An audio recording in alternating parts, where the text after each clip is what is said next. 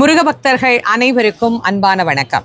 இன்று சூரசம்ஹார திருநாள். திருச்செந்தூர்ல இருந்து இந்த 6வது நாள்ல உங்கள் அனைவரையும் சந்திக்கிறதுல ரொம்ப ரொம்ப சந்தோஷம். இந்த கந்தசஷ்டி விரதம் இருக்கக்கூடியவர்கள், நீங்க எதை நோக்கி விரதம் இருந்தாலும் சரி, உங்களுடைய பிரார்த்தனை முழுவதுமாக நிறைவேறணும் அப்படின்னு மனமுருகி உள்ளம் உருகி முருகப்பெருமான் கிட்ட உங்களுடைய விண்ணப்பத்தை வைக்க வேண்டிய நாள் இன்றைய தினம்தான். ஒரு நாள் விரதம் இருக்கக்கூடியவர்களும் உங்களுடைய பிரார்த்தனையை இன்னைக்கு முருகப்பெருமான்கிட்ட வைங்க.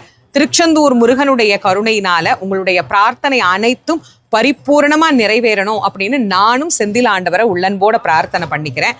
ஒரு நாள் விரதம் இருக்கிறவங்களும் 7 நாள் விரதம் இருக்கிறவங்களும் சூரன் தலை விழுந்த உடனே கண்டிப்பா குளிக்கணும். குளிச்சுட்டு ஷட்கோண தீபம் ஏற்றி முருகப்பெருமானுக்கு நெய்வேத்தியம் வச்சு வழிபாடு பண்ணுங்க.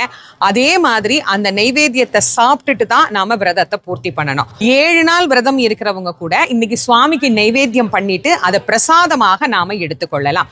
ஒரு நாள் விரதம் இருக்கிறவங்க பிரசாதத்தோடு அதை பூர்த்தி பண்ணிடுங்க விரதத்தை.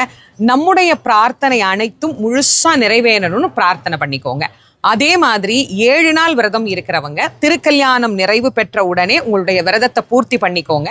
ஒவ்வொரு ஊர்லயும் ஒவ்வொரு நேரத்துல திருக்கல்யாணம் நடக்கும். எப்பமா விரதம் பூர்த்தி பண்றது அப்படின்னா மாலை 6 மணி அப்படின்னு கணக்கு வச்சுக்கோங்க. எந்த நாட்டுல நீங்க இருந்தீங்கனாலும் உங்க நாட்டு நேரப்படி மாலை 6 மணி அப்படின்னு கணக்கு வச்சுக்கிட்டு நீங்க இந்த விரதத்தை பூர்த்தி செய்யலாம். கேட்டவருக்கு கேட்ட வரத்தை வாரி வழங்கக்கூடிய கருணையின் கடவுளாகிய கந்த கடவுள் நம் எல்லோருக்கும் எல்லா நலனையும் தரணும் அப்படின்னு செந்தில் ஆண்டவரை இந்த செந்திலம்பதியில இருந்தே நான் உள்ளன்போடு பிரார்த்தனை செய்து மகிழ்கிறேன்.